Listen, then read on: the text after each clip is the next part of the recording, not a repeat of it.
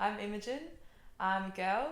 I'm around 175 centimeters tall, I think.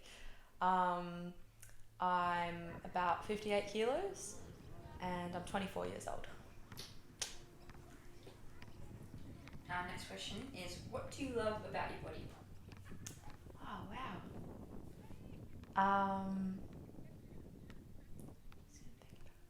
Okay.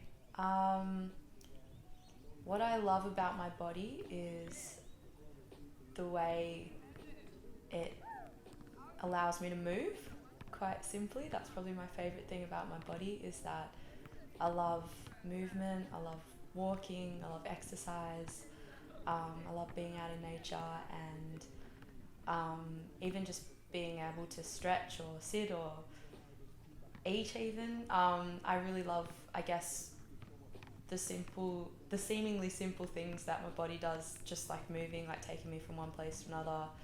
Um, I less and less have been taking it for granted recently, I think. Just the way that it transports me, but also allows me to have sensation, I guess, as well. So, um, like I get hot really easily. So, if I've just gone for a big fast walk and then the wind's blowing on my skin and I get to feel the breeze, and it's really refreshing, I really enjoy that. I just love the way that it allows me to feel, I guess, sensations, um, good and bad, because obviously pain helps you not hurt yourself and that kind of thing. So probably my two favorite things about my body is that it lets me feel things and that it lets me move and I get to express myself through movement. Yeah. What was your first memory of comparing your body to one on screen or in like a magazine or something? Ooh. Sorry, I hope it's okay if I take a little time to think about it. Sure. Um,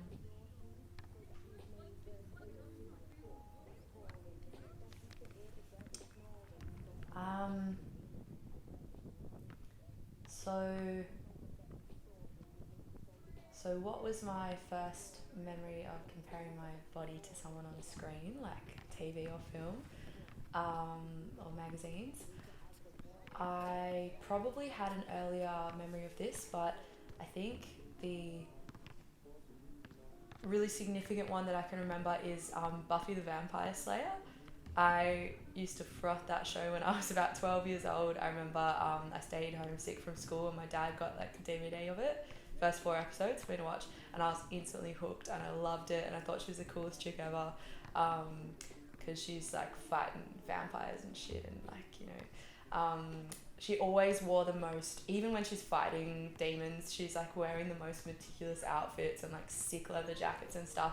And I remember like almost like slightly fixating on the fact that she was quite thin as well, and like she's tiny in stature and she's petite as well. But I think I remember wanting to maybe have a body like hers a little bit, because I thought like she was so cool and so like personality wise as well. And like I think probably when you're 12 years old, you're pretty impressionable about your idols. And so I think I probably did compare my body to Buffy in a way. I was like, she's so small.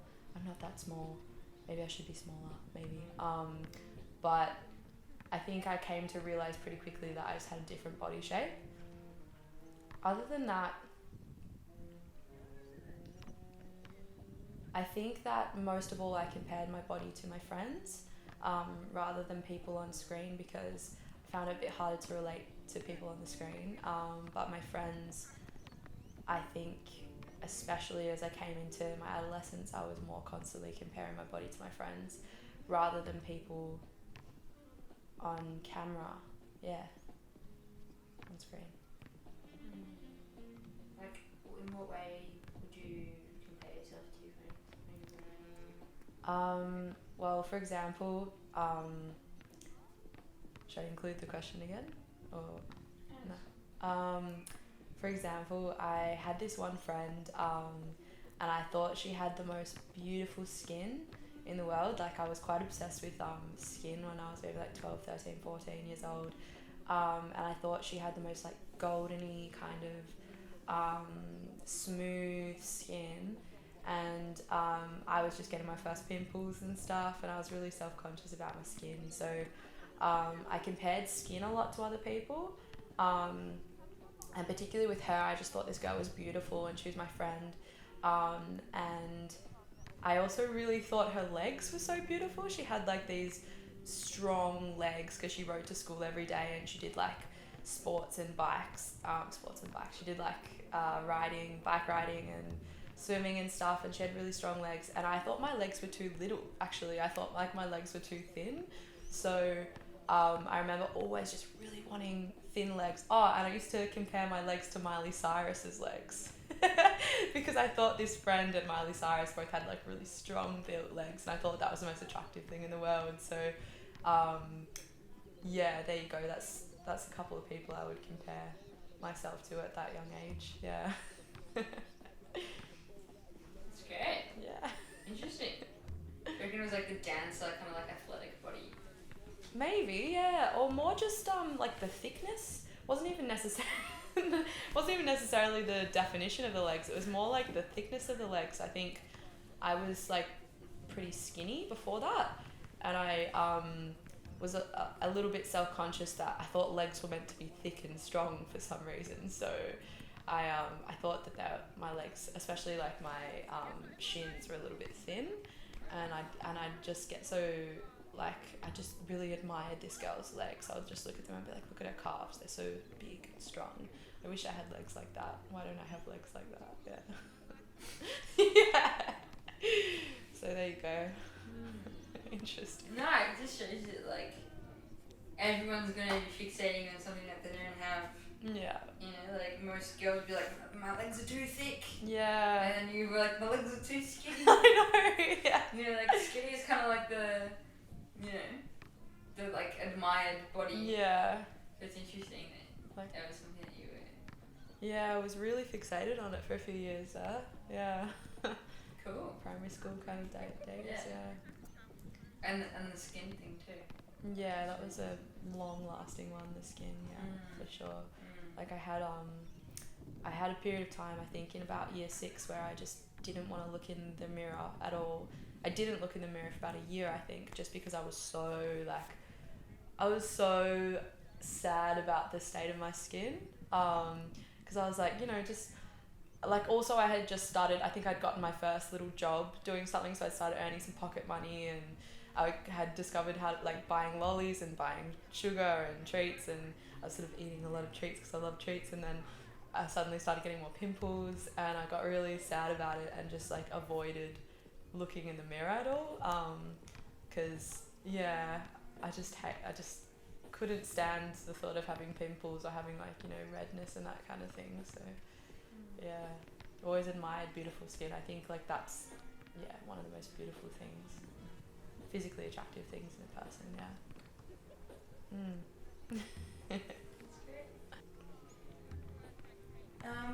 How do you feel about your size?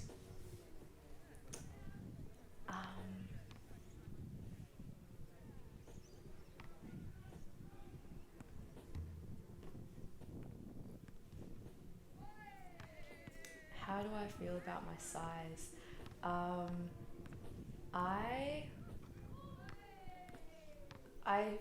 I feel like my dress size, like my clothes size, to me it seems to fluctuate a fair bit depending on how much exercise I'm doing, whether I'm on my period, whether I'm traveling. Well, none of us have traveled in a long time, but you know, whether it's winter, whether it's summer, whether I have done a big grocery shop that week or not. I feel like my size changes constantly, to be honest.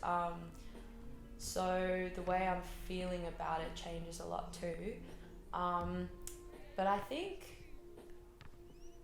in general at this point in my life, I feel pretty healthy in my body, and I think that the size I am now, I haven't bought clothes in that long. I don't even know what size I am, kind of, but I think Um, I think I'm pretty comfortable with the size that I am. And I really don't think about it a whole lot, to be honest. Yeah. Cool. Yeah. Yeah, that's great. How do you think the media has shaped your view on body image? Oh, we are all, especially as girls, we are just little puppets of the media, aren't we? That's how I feel. I think, especially things like YouTube, especially because it's so accessible, and also TV and movies, also Instagram.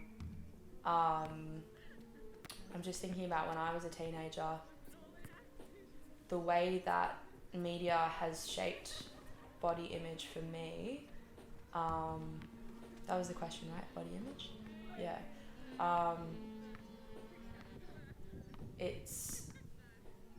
It definitely hit me hardest when I was in that tender early adolescent age. And I think it probably impacted me so much more than I realized at the time. And my habits and the way that I treated my body really were dictated by the expectations that I had for myself, which were based on what I saw in the media. So, my favorite YouTube vloggers or people on the internet, things like Tumblr back in the day, really impacted. I mean, there was a whole period of time when I was a teenager when I thought being thin was really ideal. Well, I must have, because I think I probably tried to exercise and eat less and exercise more, because even though I didn't realize it, I was probably in pursuit of a body type that I could see through my computer screen and probably through TV and film as well. And I didn't even realize really that was going on. It almost masked itself as a real keen interest in nutrition and that kind of thing, and that was tied into my whole preference for good skin and that kind of thing. I think it really came under the guise of nutrition for a long time there. I really care about what I eat and want to be healthy. But I think a lot of it was actually really tied up with trying to pursue some kind of body type or body weight or look that I honestly feel like I just received subliminally without even me knowing about it. I just gravitated towards trying to be thinner, I think, especially when I was, probably even really like 10 to 16, 17 years old, really, that whole period of time. It's just, it's always almost there in your mind. You gotta be going after that. Yeah. Totally. Yeah. And now I think it's completely different with body shape, we're just so at the whims of fashion, I think, all of us, especially women, because now I think my mind is way more geared towards trying to create, I think I'll be happy when I have a really fit, toned, strong body, so especially now it's all about glutes, it's all about, having the butt, the big juicy peach, so I feel like, and having muscle definition, and a lot of the people that I follow now on YouTube and on Instagram and that kind of thing, they're really toned and muscular, and I think that that's more the ideal. And to be honest with you, if we were still in the 2000s, I think that we'd all still be, pursuing that thin ideal a little bit. Even if we think we're not, I think we're all at the mercy of what kind of body shape is fashionable. Yeah. What do you do to soothe yourself when you feel stressed?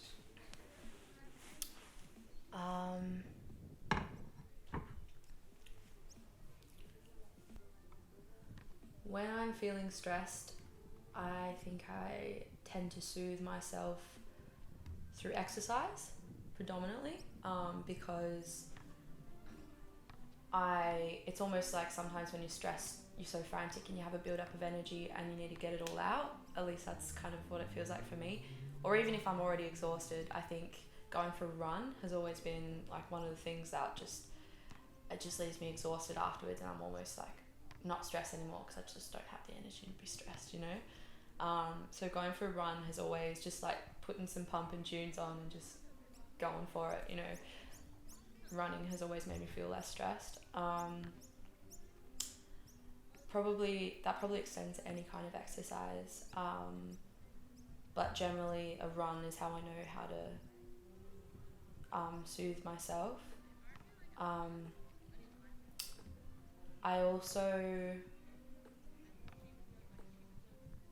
I have a teddy bear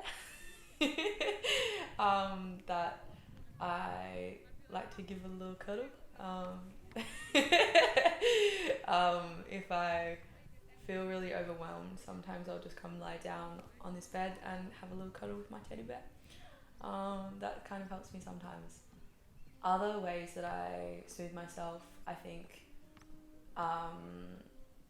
when things are really stressful, I like a glass of wine at the end of the day, or during the day even. I think less so than I used to. I used to really rely on substances like weed and alcohol to soothe myself, even if I didn't know that that's what I was doing. But nowadays I think I lean more towards things that are going to be helpful to my body, like exercise and good food. I've been cooking a lot recently, so I think maybe like if I get a bit, cooking really grounds me these days, and if I'm feeling a bit up in the air and all over the place, I'll cook up a big batch of mushies and, you know, put some spinach in there, get some veggies going, and like the whole act of cooking the meal, cleaning up the kitchen and sitting down to eat it just like really soothes me as well. So yeah, there's a whole bunch of things there, I guess. Wine, cooking, exercise, teddy bear. Yeah, there you go. Nice. Next question. Cool, yeah. How do you feel when you look in the mirror?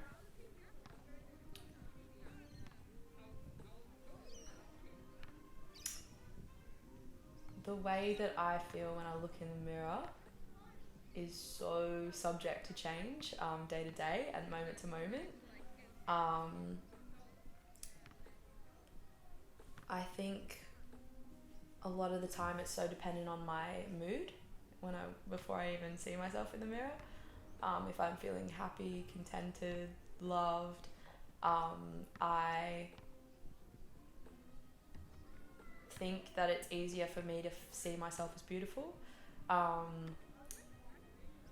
And when I am feeling lonely or stressed, I think it's easier for my mind to pick faults in myself. So I think, yeah, it just depends so much on the mood. And then it depends on like the lighting in the room, you know, how much I've eaten that morning.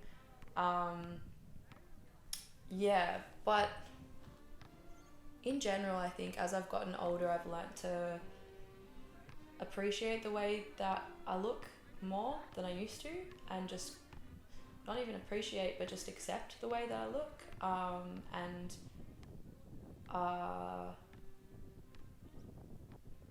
God, yeah, it's just so up and down the way that I feel about my reflection. But I think what really helps with making me feel better about the way I look is just finding some way, even a small way, to express a bit of me in the way I look. So I think you can do that with clothes or jewelry or a little hat or something. But yeah, I think I feel good when, how do I phrase this? Even if I'm having a day where I feel bad about the way that I look, if I can get comfortable in comfortable clothing and jewelry, then I at least feel stylish, I at least feel good, and I at least feel like I'm expressing myself in some little way. So even though I might not feel super confident in the way that I look, I feel confident in who I am, I guess. So it kind of, it's a little bit comforting, I guess. Yeah, that makes sense. Definitely. Cool. Okay. Yeah, I definitely know what you mean. Like at least you feel comfortable. You know? Yeah. You feel comfortable in what, like, Yeah.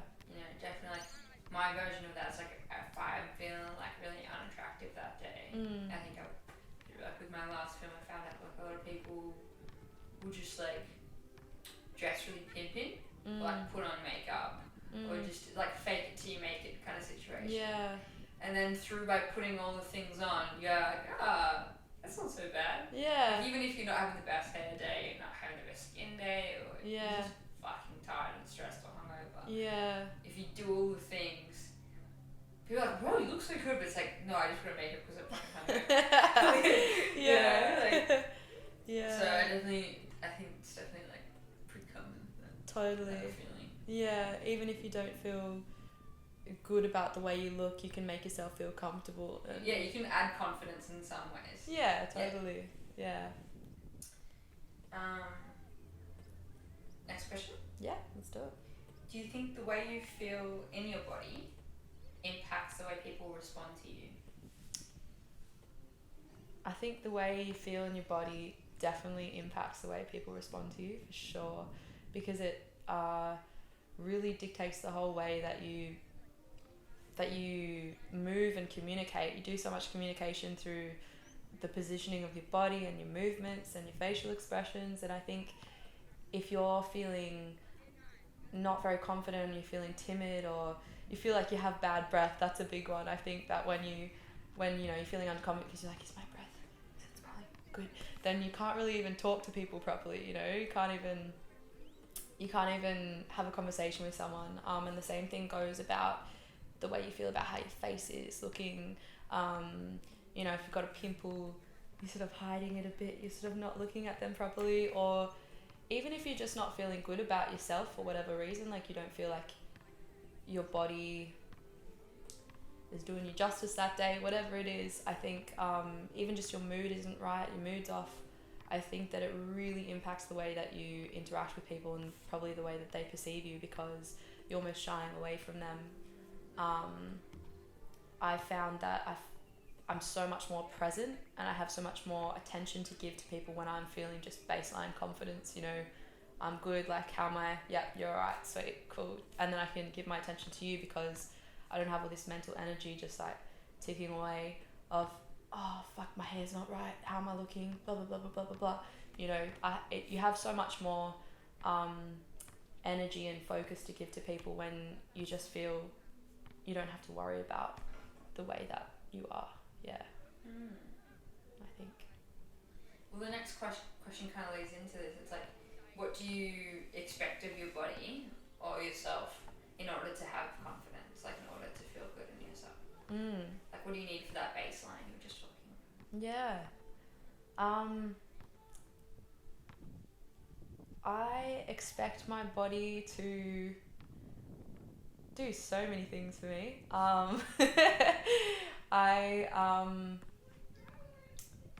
Most of all, I think I expect it to carry me when I move. So I expect it to work in the way that I'm used to, which is, I think I put a fair bit of strain on my body every day in terms of exercise. I like to exercise a lot every day, and I also, you know, fairly active. I like to walk. Sometimes I sit at my desk for hours and do production or write something or work on something, and that's all different types of strain to put on your body, so it's already a lot to expect. But I don't even really think about it that much. I expect it to work, I guess, and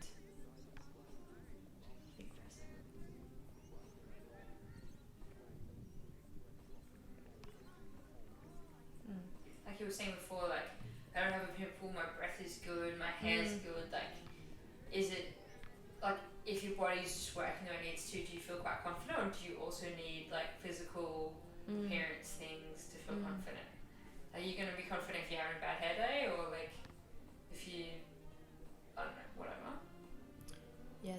Or if you're bloated, or like if there's yeah, like more appearance kind of. Does that affect you, or like not really? Yeah, I'm definitely affected by the way that I think I look. And I think I generally have pretty high expectations from my skin, which sounds, I don't know, interesting. But I I think I expect my skin to be pretty clear at all times, and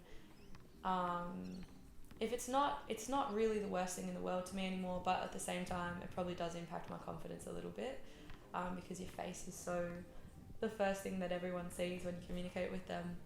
So yeah, I do expect my skin to be clear. I I don't know if I don't know if expect is the right word, but I do I do hope that my body's going to present the best version of itself, or what I perceive to be the best version of itself, every day, I guess, to people, in terms of like, I don't want to be bloated, I don't want to have bad skin, I want to have a bit of glow to me, a bit of pep, you know. I don't think I think I'm pretty realistic, like especially when I'm on my period. I think I go a little bit gentler on my body, and I wear looser clothes, and I don't have so many expectations about, you know, you can be a bit puffy, you can be a bit bloated and big and fragile and, you know, in pain, and I almost expect and make room for that in my expectations when I'm like that, when I'm on my period. But generally, I think probably my expectations for my body are pretty high, just in terms of the way I feel and the way I look. And I feel like at least my expectations, whether they're high or low, it meets them usually. So yeah, maybe they're not obscene expectations. Maybe they're just pretty normal, but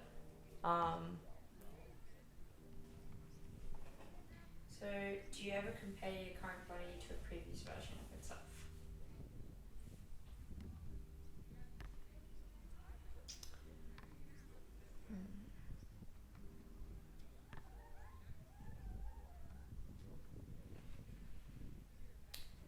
yeah, I think sometimes I compare my body to the way it was when I was younger. Especially when I see photos of myself when I was younger. And it's not always negative comparing. Sometimes I'm like, oh, I've got a bit more muscle tone now. That's nice. Or sometimes I do think, oh, I was really thin when I was younger. Oh, I didn't really have to try. Okay, now I have to try a bit more. But you know, I don't think. I think overall, the way that I compare my body to previous versions of it is generally positive. I think maybe I've trained myself to try and be positive in that way, because you give yourself a little props when you know you got the gun showing, or give it the gun show. Sorry. I love it. Fucking show them guns. Yeah. Wait, woods. Yeah, baby. Look at this confident gal. Fucking woodsing. Okay, alright. let me calm down. What was I even saying?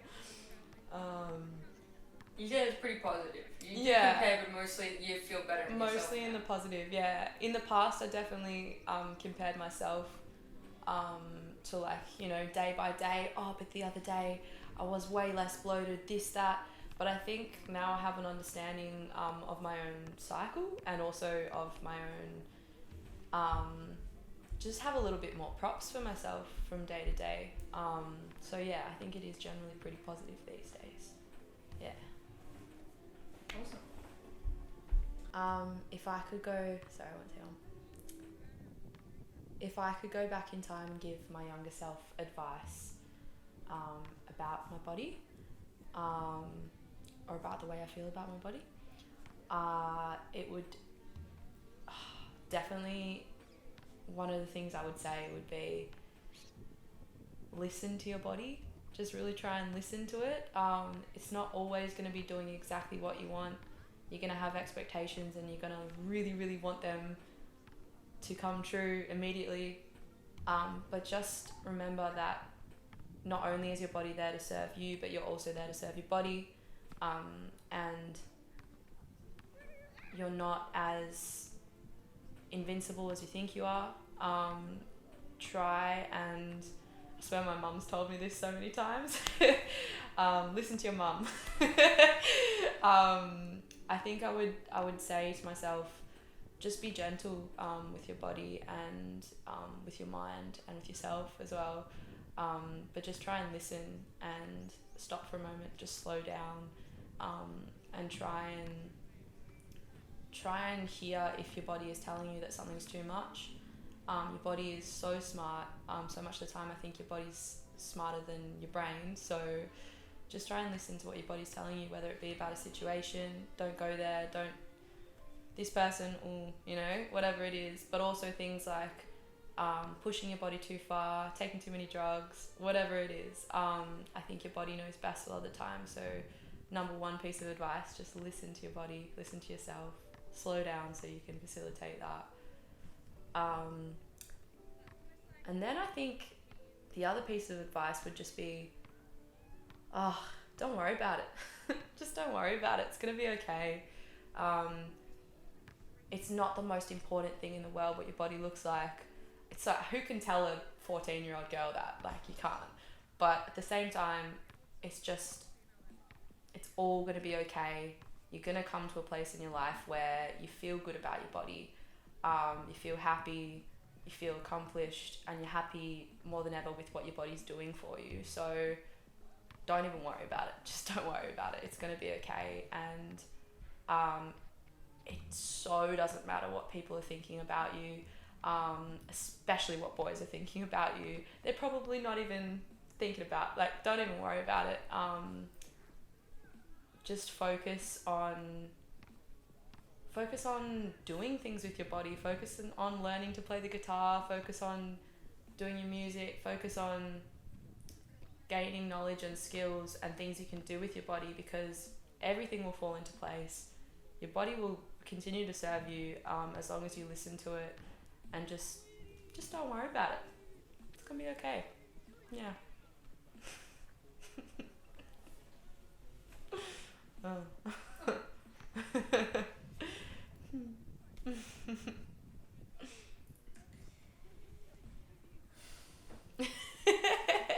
Just having a little moment.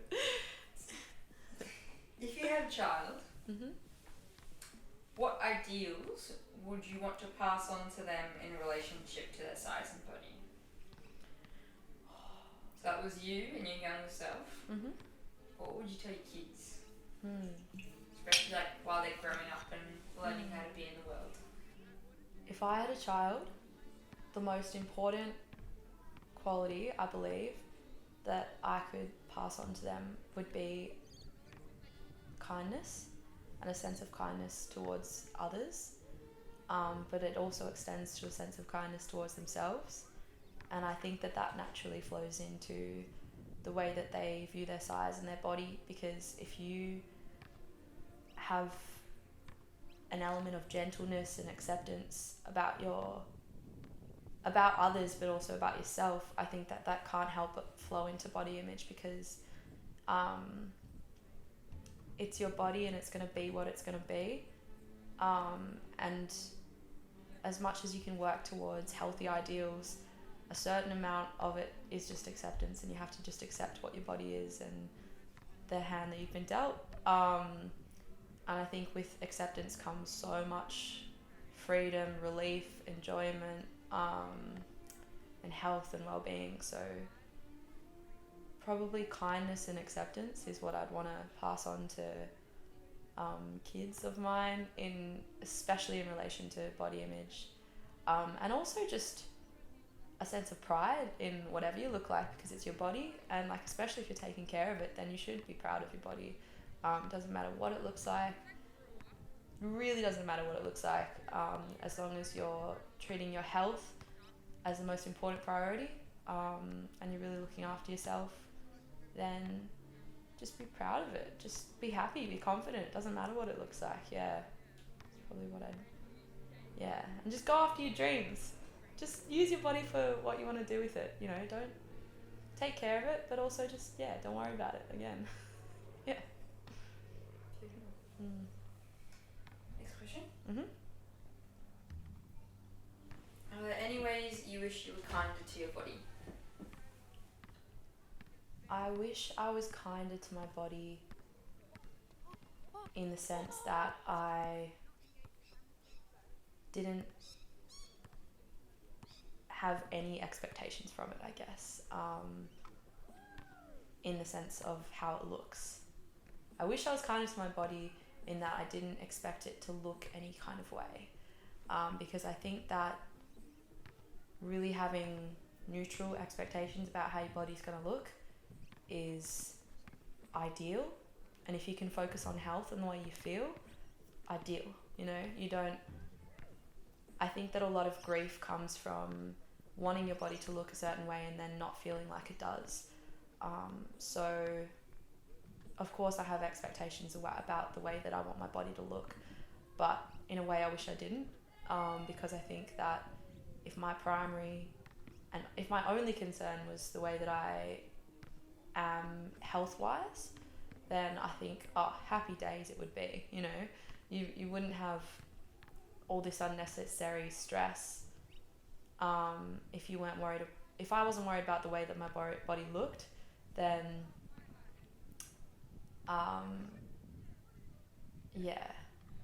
I think that the people who really love you in your life love you regardless of what you look like. They might be accustomed to the way you look, but something that I've noticed is that when I love someone, and when I start to love someone, and when I make a new friend, or I learn to love my friends more over the years, the way that they look physically to me just sharpens and brightens, and they look more and more beautiful to me every day. And it's almost like their physical appearance changes as I get to know them better. And the more that I get to know someone that I love, the more and more beautiful they look to me. And I think that someone can look one particular way when you first meet them, and then as you get to know their personality, they look totally different, like 5-10 years down the track. So in that way, I think, sounds pretty cheesy, but if people are gonna love you anyway, it doesn't matter so much what you look like. What matters is that you have people that really see who you are and love you surrounding you. You have good friends around you, I guess, and good people, and your family as well. Yeah. That's great. I'm about to ask you about family. Oh yeah. Do you think that your parents or role models have given you ideas of what a good body is or looks like? Yeah. Yeah. Why are you laughing? I'm laughing because, of course, my family's given me ideas about what a good body should look like. Yeah. Especially my grandma. I'm laughing at my grandma because, God, I don't know how my mum did it.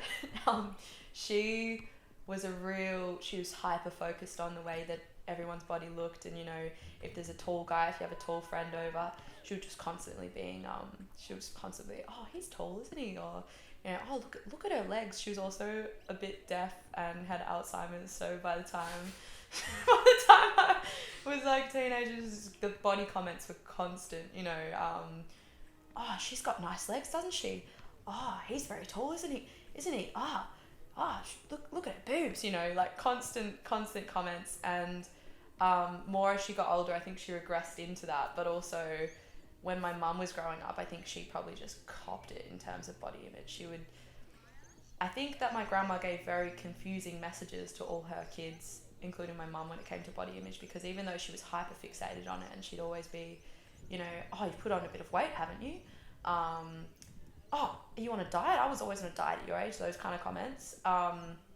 She also would soothe her kids and herself through food. So if you were feeling down, or, you know, one of her kids was saying they're being bullied at school by their, you know, they're having a fight with their friend or something like that, her first response, I'm told, would always be, oh, have a cake, have a cookie, have a biscuit, you know, like, oh, have a little something, you know, which is so confusing when you're soothing people emotionally with food, but also then telling them to hate their bodies for not being thin enough or not being a certain way. I think there's just so much emotion there. And I think my mum has done really well to deal with that in her own way, and still somehow has managed never to put any pressure on me about the way that I look. I think most of the messages I received were more from noticing the way that particularly my mum treats her body and the habits that she has to try and look a certain way. So mum does heaps of exercise, she walks every single day, and she also has always, mum has, especially recently, eaten super healthy. She eats, everything she eats is healthy, and I think that I really took that on board, like when I was a teenager, and I was pretty susceptible to healthy eating habits. I was, you know, pretty obsessed with food. I noticed that my mum wasn't eating sugar. She'd completely cut sugar out of her diet. And then in combination, I also read a book that said sugar gives you pimples and makes your skin bad. So I fixated on sugar and I cut it out of my diet completely for years. And I think especially because my mum was doing that, I thought that that was the right thing to do, not eat sugar. And to this day, I don't really eat sugar. So I think that, sure, the things that your family says to you about body image impact you, but when they don't say really pointed things, and I think that the biggest thing that impacts you is their behaviour and the way that they treat their own bodies. And I think probably more that's what impacted me, rather than comments, because I feel like I've been really lucky and my family's always been quite accepting, very health oriented, but body image wise pretty nice to each other. Yeah yeah, totally. Any last things about relationship or ideas in regards to food you want to say? Yeah, actually. So I'm reading this book at the moment called Gut, by Julia Enders, and I just read this really interesting thing this morning. So I'm learning at the moment about how your gut impacts your mental health, and how it has so much more impact on the body than scientists originally thought. And there's this really interesting experiment where, sorry, it's not an experiment, I'll phrase that again. So they did a study on sea mollusks where so sea mollusks, they sort of float around and then they find the right rock and they feel what the sea temperature is like, what the location's like, and then they suction for life to that rock and they eat their own brain. So yeah, they eat their own brain. And so scientists have developed all these theories now saying that the sole purpose of having a brain is to facilitate movement. So if your brain is there purely to help you move, really your brain is serving your body. And I've always thought about it in reverse, like your body's there to serve your brain, your body is doing things, carrying out tasks, making your life good, being healthy, so that your brain can feel good and your mental is good. But it's blown my mind a little bit, this whole sea mollusk situation, because you know, really I think that in a lot of ways, movement is so integral to who we are, and the way that you move your body and the way that you do or don't move your body really impacts your mental health and the way that you feel, the way what you eat, what exercise you do, just being out in nature, being out in the sun. I think that that really impacts your mental health in such an extreme way, to the point where it can completely change your mood. So the way that I'm thinking about it today is really my brain and all these things that I'm thinking are here to make my body feel good, and that makes me feel good. So yeah, respect the sea mollusks. Yeah. Yeah. Thanks, Imogen. Thank you. Thanks, Maya.